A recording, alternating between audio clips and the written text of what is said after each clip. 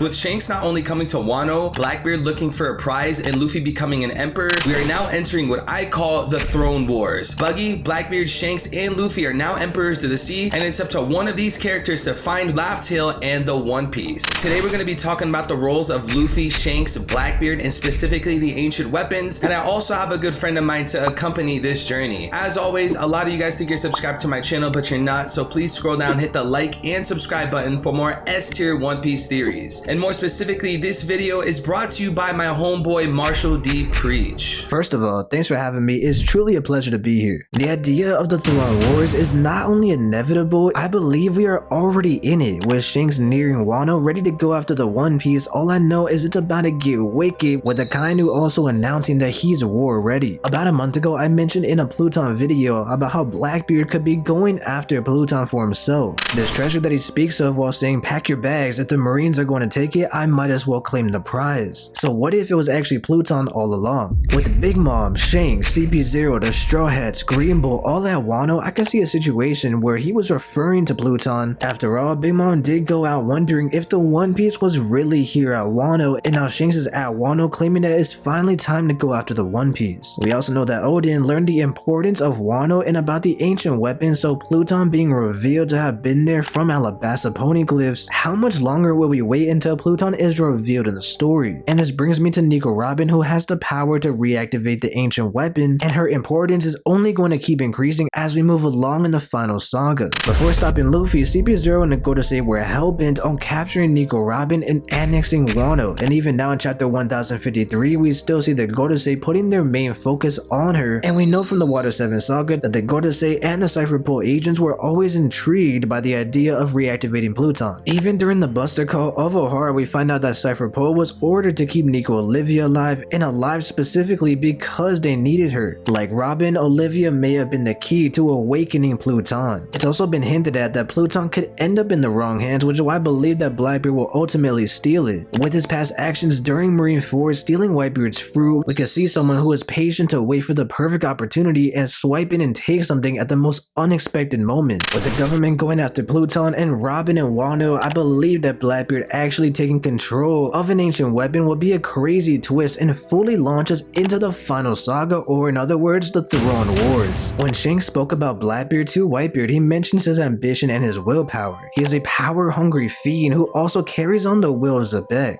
With his many ties to Zebek and gathering a criminal crew at Hachinosu, I wonder if this is what Sengoku meant by saying you must know your history to predict the future. I've also spoken in previous videos about why I believe that Rocksteady Zebek either planned to activate an ancient weapon or why he may have temporarily pulled it off, and this might have been the main reason for the God Valley incident. This could potentially tie up so many mysteries surrounding the incident, like why Garp and Roger were so willing to team up, and with many fans speculating that Whitebeard betrayed Rocks, this might have been only how it seems to Kaido's perspective. Whitebeard may have trusted Rocks with the weapons, but if it fell into the wrong hands like the world government, it would be far too devastating. So in the end, if Whitebeard might have wanted to destroy the ancient weapon or at least stop it, it might have looked to Kaido as it was betraying his former captain. We also know that God Valley was a place that the government wanted hidden from the start, so an ancient weapon being there or the knowledge of how to reactivate one could be a good enough reason for this. There's also the ties with the ancient weapons being named after the gods and then the name God Valley. And the final reason why I believe Rocks had his target set on the ancient weapons is because how it was stated that he dove too deep into the world's greatest taboos. The greatest taboos of course are the history, but with that comes the ancient weapons as well. There was a scene when Robin was at Tequila Wolf and we find out that Dragon was always looking for Robin, as he even named her the light or the flame of the revolution. Robin asked the revolutionaries what Dragon wants with her, and I don't ever remember hearing an answer. The obvious answer once again is that Dragon wants to learn the history so he could expose the celestial dragons. But another possibility could be that he wants Robin to reactivate Pluton, falling in line with his goal of declaring war against the corruption at the top. I was speaking to Wizard of Oars and he brought up a great point of what if Croc, who also has ties to the revolutions, was looking for Nico Robin, and this could be how he learned about it through Dragon. Now if Pluton is taken by Blackbeard or the world government, it brings up the idea that the Throne Wars are finally here. Luffy already has an alliance with Shirahoshi as she is his friend, and all that's really left now is Uranus. You can even consider the idea that Frankie would now have to create the anti-Pluton, because that was the entire point of the blueprint's existence for hundreds of years. I do wonder if Blackbeard Blackbeard has a way to activate Pluton, as I like to believe that he is a character who is insane enough to test it out on an island of innocent people. We saw him test out the Yami Yami Nomi on the innocent village, so why not something like Pluton? And in the end, I do think that getting his hands on one of the ancient weapons could potentially cement Blackbeard as one of the greatest villains of all time. Now let's pass it back to Threeville to speak more on the implications of Shanks being at Wano, how he plays into the battle for the Throne Wars, and how this story might play out towards the end. Throughout the whole story of One Piece, we have Shanks acting as not only the balance keeper, but the one manipulating the story to a large extent. From episode 4, chapter 1, we have Shanks feeding Luffy the Gomu Gomu no Mi. Whether there's a deep reason behind it or a complete accident, it was still Shanks pushing the gears and turning the gears for the return of Joy Boy. Then we also have Shanks playing his role in stealing the Nika fruit, so it is very clear to me that Shanks is a good guy and he's going to be on the side of Luffy. And yeah, there is merit to Shanks becoming evil or being some type of antagonist of the story, and while that is possible, I do not think that's going to be the case. And I'm going to tell you today exactly why Shanks being good and Shanks being a friendly companion to Luffy makes sense and what's going to come of that. So one of the biggest pieces and factors to the Throne Wars and the final saga of One Piece is actually the final road poneglyph. And to talk about Shanks and explain his role in the finale of the story, we actually have to talk about a different character, Blackbeard. So right off the bat, I'm going to tell you that I wholeheartedly believe the final road poneglyph in One Piece is in the hands of Blackbeard. To explain this, we need to jump way back in time to around 24-25 years ago when Roger was dying. Back at that time, Fishman Island was not under anyone's control, it was not under anyone's protection, and it was a complete madhouse. Pirates were coming through rampaging the island and it wasn't safe. Citizens of Fishman Island were suffering. It was up until Whitebeard decided to go to Fishman Island and have it under his protection that pirates would stop attacking at least as frequently. Now the important thing to know is that when Roger died and he was executed, Shanks was only 15 or 16 years old. Like, Shanks started his journey very young, and I highly doubt upon Roger's execution, his first act was to hide the road poneglyph of Fishman Island. And even if that was somehow the case, I'd imagine that King Neptune would have told this to Luffy or Whitebeard instead of letting Shanks hide it and not even having Fishman Island under his protection. Because as we said, it was up until Whitebeard got there and became the protector that Fishman Island was a complete madhouse. So it wouldn't make sense for Shanks to somehow go there, steal the road poneglyph, and not have anyone know about it. With that being said, it would make most sense of Whitebeard as a protector of Fishman Island ended up hiding that poneglyph. Later on throughout the story, we see that Whitebeard was killed by Blackbeard during Marineford War. This led into a different separate event known as the Payback War, where the remnants of the Whitebeard pirates led by Marco had to fight off Blackbeard. The key note here is that Marco says that Blackbeard took everything from us. Knowing the writing style of Oda and how he depicts things, I would strongly believe that this has a deeper meaning, and one of those things that Blackbeard stole was a road poneglyph. And now seeing how Shanks has always been a friend to Luffy, as Shanks wants to help Luffy get the One Piece and motivates him to be the Pirate King, it makes sense that he comes to the shores of Wano and he says it's now time to claim the One Piece. I don't believe the context of this is that Shanks himself is gonna go claim it, as he could have done that a long time ago. If there's anyone in the story that has immeasurable power, knowledge about the Void Century, Joy Boy, etc., I think that character would be Shanks. So for Shanks to wait for Luffy to defeat Kaido and then Shanks snatches the poneglyphs and ancient weapons, I don't exactly know how likely that is. So with Shanks working for Luffy, I highly doubt that Shanks is gonna give Luffy a road poneglyph for free. And like how we were just talking, it's most likely the case that Blackbeard has a final road poneglyph. Now what I believe that's gonna happen is Shanks and Luffy are gonna work together by Shanks telling Luffy the final road poneglyph is in the hands of Blackbeard. Now Shanks and Luffy working together and reuniting is gonna have high volume sales, everyone's gonna love it, and it's gonna be really touching, as we've been waiting 25 years for this. But most importantly, the battle for Pirate King, the antithesis to Luffy, the antithesis of the sun, Darkness, Blackbeard is going to fight against these two guys. And I would imagine that Shanks is gonna parallel Ace to a large extent by dying in the battle against Blackbeard. And although it is possible that Shanks would survive, as I would personally love that and there's a high likelihood of that, I would still side on the fence that Shanks would end up dying. And this would actually motivate Luffy to go harder in that fight against Blackbeard, go to the One Piece, and go against the world government. Now one peculiar detail that we have to point out in this whole Shanks Luffy thing is actually from chapter 1054. Not only did Shanks say he wants to go claim the One Piece, but he also has a peculiar sake bottle with him. The bottle says number 567. Now I believe this is Oda referencing something in real life that is widely popular, known as Beethoven. He was a great artist, great musician, and had his own symphonies, all that kind of stuff. And the reason why it's Beethoven specifically is because he had a symphony called number 5 opus 67, and the name of this symphony was Destiny. All throughout the story of One Piece, it's always seemed to be the battle between Dream and Destiny, and if we're trying to understand what the D-Clan stands for and what it means, it would probably be one of these two words. And even if you go back to chapter 96 where Whoop Slap talks about Luffy, he says his dream or destiny. Which one is it? I believe to a large extent that Shanks of all people will know about Nika and Joy Boy. And not only did he watch this Nika fruit get eaten by Joy Boy, I believe Shanks understands the destiny and the return of Joy Boy, which is now Luffy. And that's why Shanks has been guiding Luffy. That's why Shanks has been helping Luffy, because Shanks is a large key, he's a large role in the destiny of Joy Boy. And part of this destiny includes Joy Boy working with Shanks to take down Blackbeard and become the Pirate King. And then again, this leads the Pirate King into finding the One Piece, therefore dismantling the opposers of the Ancient Kingdom, the world's government. And I love this to be the case because there's an amazing analogy that most people overlooked. Yonko Redhair is acting as the shank to Luffy's anchor. Thank you guys so much for watching. Please check out Marshall D Preach. His link is in the description. As always, like, comment, subscribe. I love you guys for all the endless support. More theories on the way. Video to my side. Have a nice day.